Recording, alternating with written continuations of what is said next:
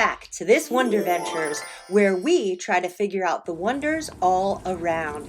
And how are you today? Well, I'm still perplexed.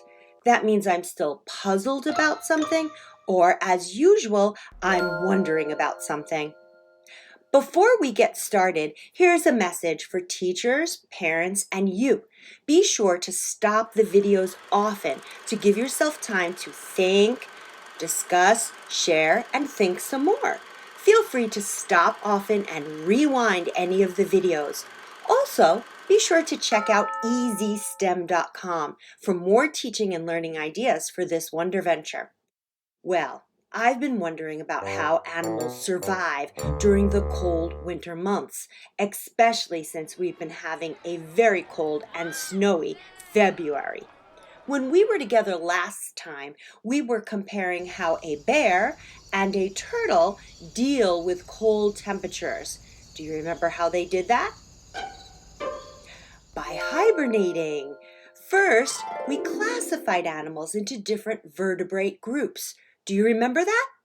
Let's try a quick matching game together so that we can review. Here are the groupings or classifications for this game: mammals, birds, reptiles, amphibians, and fish. So where would this one go? How about this one? Can you figure out where all 5 of these would fit? Well, what about this one? That's right, we are humans, and humans fit into the mammal group. Before we move on, do you remember what the difference is between vertebrates and invertebrates?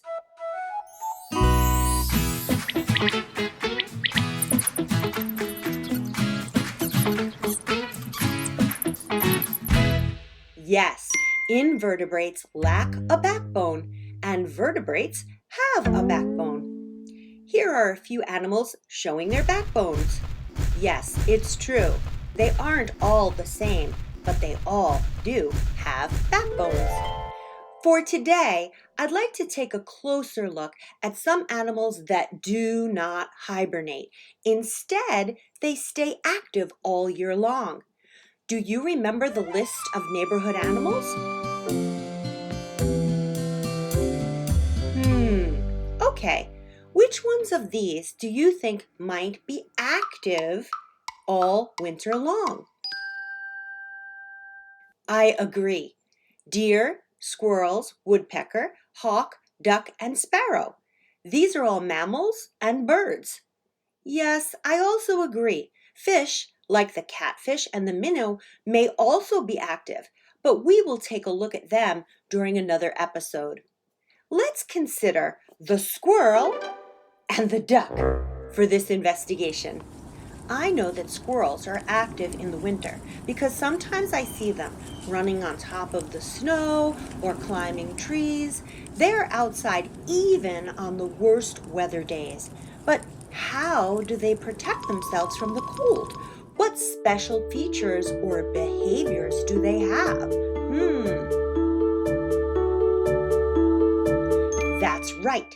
They can use their fluffy tail as a blanket, and they also build leafy nests way up high in the trees to help hold out the cold. What about the duck? I've seen them paddling around in my pond even when the water has ice on it. How are they able to paddle around in such cold water? I don't know about you, but my feet would be pretty cold if I tried that. But birds, they seem to be able to hop around right on top of the snow and ice. Now think about yourself when you go outside on a cold or snowy day. What do you do? Well, of course, you put on a coat, maybe a hat, some mittens, and some boots. All of these things help keep you warm by trapping your body temperature inside, holding out the cold, and protecting you from the wetness of the snow, the ice, or the cold rain.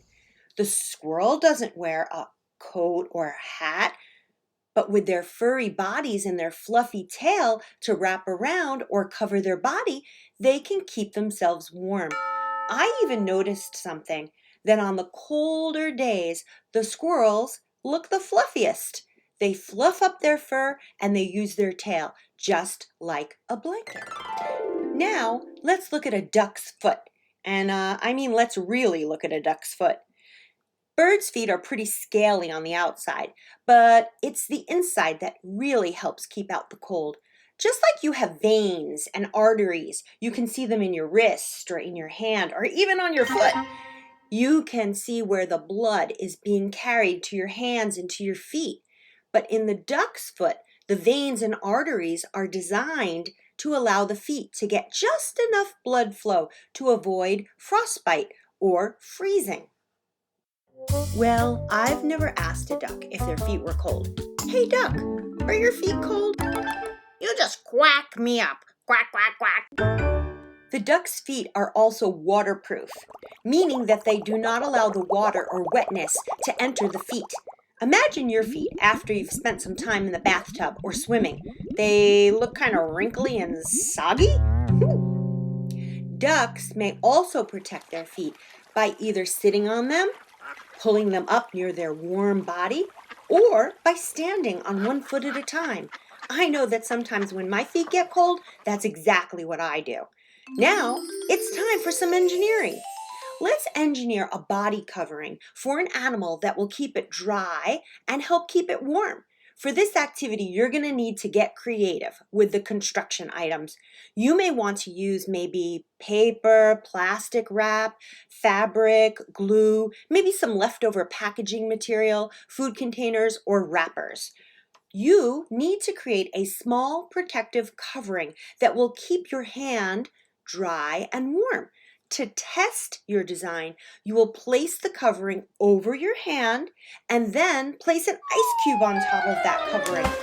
Keep track of the time. Do you feel the cold from the ice cube? Does your hand get wet? Make changes or improvements to your design until it will keep your hand protected for 5 minutes or longer. Be sure to share your designs with your classmates, either face-to-face or in a breakout room. Then write an advertisement for your new protection product. Explain how your product works. What problem does it solve?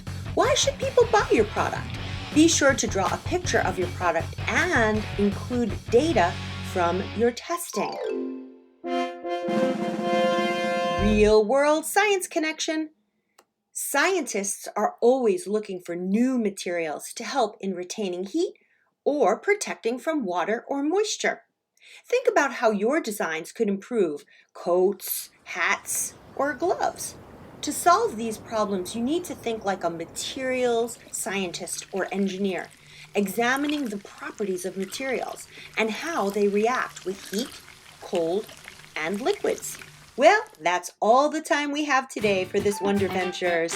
Great work today, engineers. Remember to keep your eyes open, always looking for the wonders all around you. And be sure to come back for part 3 of Animals in Winter. See you next time.